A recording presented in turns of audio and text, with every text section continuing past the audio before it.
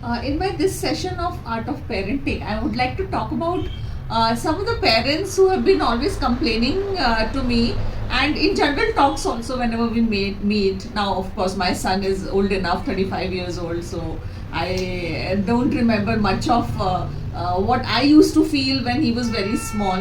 But the parents of the small children or maybe the adolescents, they are actually only harping on the same string. And what is that particular thing?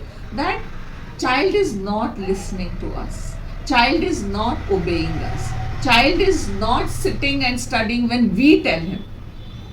Up now, when I reflect upon all these things, I feel today's child is very different when you were a child.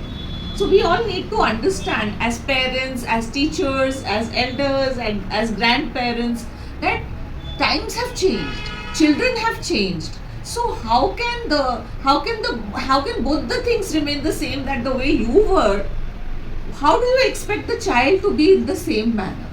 First of all, this particular thing. So always feel that the times are changing, so are the children changing, and even the environment is changing. So much of social media is there, so much of awareness is there, so much of variation in approach towards life is there. So how can you imagine that the same thing that you used to do, your child is going to do? You used to listen to your parents, your child is also going to listen to his parents. No. Why? Because today's child is so much aware about everything that he will start questioning you. He'll put a question towards you. He'll throw a question. Why? Why do you want me to do this? I will not do it right now. I'll do it when I'm going to bed, or when I'm, a little relaxed, or after getting up from my sleep, I'll do it. So we need to understand that in case the child is saying that this time I will not do, other time I will do, accept it. Or give him a better reason. What we do is we do not give the better reason. And then the child is able to think in a better way than you. So when he thinks in a better way than you, he feels that my parents are wrong, I am correct. So first of all, in case you want him to do things as per your desire, then you need to convince him. You need to sit across, both of you need to sit across the table and talk about it.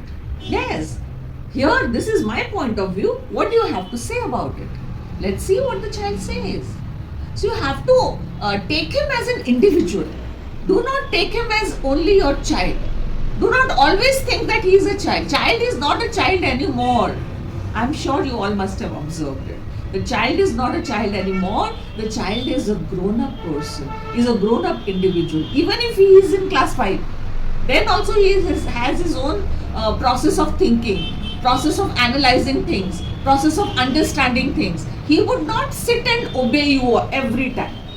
So this is first thing. Second thing that you need to understand, that he will not obey you as you were obeying your own parents. So understand the differences in earlier times and today's times, and also try and sit across the table and explain it to the child. In this way, the child will also understand that how I have to accept things. Because if at the back of his mind he feels that whatever you are saying is correct, maybe he starts analyzing it. Maybe he starts thinking that, oh, I may be wrong. So once you have convinced me that you could be wrong, I think he will understand your point of view. So this is my just a little advice to you, that just come down to the level of the child, be aware of the surroundings, be aware of the today's environment, and then talk to your child. Don't just snap him, don't just treat him in an ill manner, just treat him as an individual.